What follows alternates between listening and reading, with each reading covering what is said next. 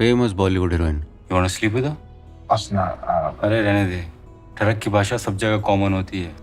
Disney plus Hotstar पर the great Indian murder web series को release कर दिया गया है। रोमांस, रोमांच और रहस्य की मिक्स डोज वाली सीरीज के डायरेक्टर हैं तिग्मांशु धूलिया। कई बेहतरीन फिल्म और सीरीज बना चुके तिग्मांशु के प्रोजेक्ट को उनके फैंस हाथों हाथ लेते हैं। इस सीरीज की काफी दिनों से चर्चा थी और अब जाकर इस मोस्ट अवेटेड सीरीज का इंतजार खत्म हो चुका है। आपको बता दें कि तिग्मांशु धूलिया का ये तीसरा हॉटस्टार प्रोजेक्ट है। द ग्रेट इंडियन मर्डर चर्चित लेखक विकास स्वरूप की किताब 6 सस्पेक्ट्स पर आधारित है। 6 सस्पेक्ट्स विकास स्वरूप का दूसरा उपन्यास है। आपको बता दें वो एक भारतीय डिप्लोमेट और the New York times best seller novel Q&A के लेखक हैं। आपको शायद मालूम ना हो, फिल्म स्लमडॉग मिलियनेयर इनके इसी नॉवल पर आधारित थी, जिसमें कई ऑस्कर अपने नाम किए। फिलहाल सीजन 1 में 9 एपिसोड आ चुके हैं, जिनके नाम है, पहले एपिसोड का नाम है विक्की रॉय, दूसरे का नाम है जगन्नाथ रॉय, तीसरा एपिसोड है मुन्ना और एकेती, चौथा एपिसोड है इंगेताई और काला बाग, पांचवा एपिसोड है लाल सलाम और बिल्लू बिरयानी, छठा एपिसोड है मोहन कुमार, सातवां है राजनीति और प्यार, आठवां है असली नकली और नौवां यानी लास्ट एपिसोड है धोखा। सभी एपिसोड लगभग 40 से 50 मिनट के हैं। जिस नॉवल यानी 6 सस्पेक्ट्स पर ये सीरीज है वो नॉवल ट्रांसवर्ल्ड द्वारा 2016 में और अमेरिका में मिनोटॉर बुक्स द्वारा प्रकाशित किया गया था। सीरीज को विजय मौर्य और पुनीत शर्मा ने मिलकर लिखा है। सीरीज में प्रतीक गांधी और ऋचा चड्ढा, आशुतोष राणा, रघुबीर यादव, शारिब हाशमी, अमेय वाघ, जतिन गोस्वामी, शशांक अरोड़ा, पाओली डैम आदि कलाकार भी दिखेंगे। क्या है सीरीज की कहानी?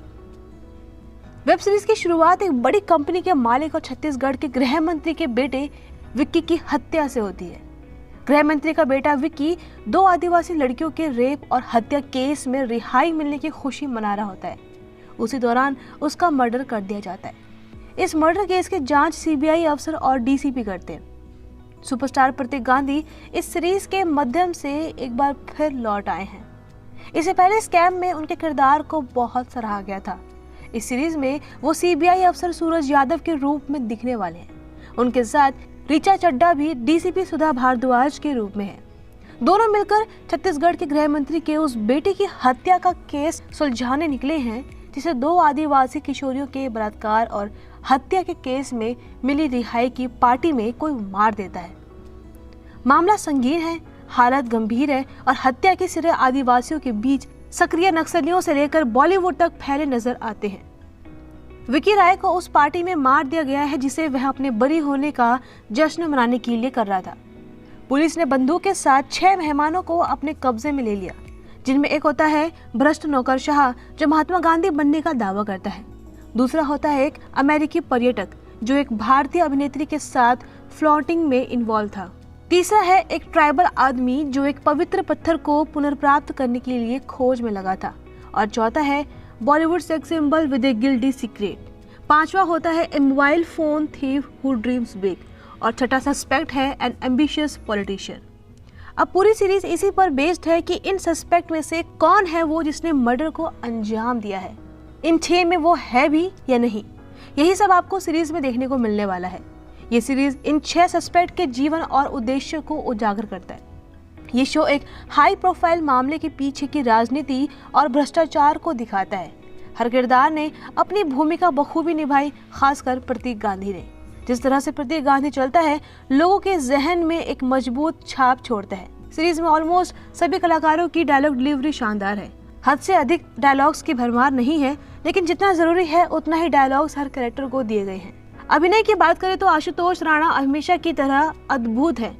वो तीव्र, शांत और खतरनाक दिखते हैं। साथ ही उन्होंने एक भ्रष्ट राजनेता का किरदार बहुत खूबसूरती से निभाया भी है, जो सत्ता में आने के लिए किसी भी हद तक जा सकता है। विक्की राय की भूमिका में जतिन गोस्वामी बहुत अच्छे लगे हैं और वो सीरीज के सर्वश्रेष्ठ कलाकारों में से एक है। उनका कौशल शानदार है और उनकी संवाद अदायगी अद्भुत है। वो पूरी तरह से भूमिका में फिट नजर आ रहे हैं और उनके द्वारा किया गया ये किरदार लंबे समय तक याद रखा जाएगा। प्रतीक गांधी थोड़ा स्ट्रगल करते हैं। मुझे लगता है कि हमें 1992 के घोटाले के हैंगओवर से बाहर आने के लिए और समय चाहिए और उनकी प्रतिष्ठित भूमिका सीरीज में सीबीआई अधिकारी के रूप में उनकी भूमिका अच्छी थी, लेकिन बहुत सुधार की जरूरत थी। ऋचा चड्ढा वैसी दिखती है जैसी वो अमूमन हर फिल्म या सीरीज में दिखाई देती है। वह इतनी बेहतरीन अदाकारा है, लेकिन अगर हम उनके पिछले 3 से 4 कामों को देखें तो उन्होंने वह आकर्षण खो दिया और सीरीज में वो बहुत सुस्त दिखती है। मैं शशांक अरोड़ा को हाईलाइट करना चाहूँगी। वो श्रृंखला में बहुत अच्छे हैं और उन्हें वास्तव में इसके लिए सराहना की ज़रूरत है। बाकी रघुवीर यादव और पाओली जैसे अन्य अभिनेता अपने प्रदर्शन के साथ काफ़ी औसत थे। सीरीज के लेखन की बात करें तो पता नहीं एपिसोड 1 के बाद सीरीज का क्या हुआ। एपिसोड 1 इतना अच्छा चल रहा था और उसके बाद सीरीज बदल गई और फिर कहीं खो गई, इतनी धीमी हो गई और कहानी में से रोमांच गायब सा होने लगता है। 2 से 3 एपिसोड के बाद लेखन बहुत कमज़ोर लगता है और ये बेतरतीब ढंग से चलता है। अगर बात बैकग्राउंड स्कोर की करें तो ये औसत से नीचे है। लोकेशन अच्छी है, पटकथा औसत है, एडिटिंग अच्छी है और श्रृंखला का क्लाइमेक्स भी कोई बड़ा नयापन नहीं है। एपिसोड 2 या 3 के बाद सीरीज ने दर्शकों के साथ अपना संबंध खो दिया। लगभग 8 घंटे की सीरीज को देखना झेलने जैसा लगेगा। अगर आप अपने फेवरेट किरदारों के लिए देखना चाहें तो देख सकते हैं, लेकिन अगर आपका समय कीमती है तो कभी फुर्सत में देखी जा सकती है। उम्मीद है वीडियो आपको पसंद आया होगा और ऐसी बेहतरीन वीडियो के लिए हमारे चैनल को सब्सक्राइब करना ना भूलें।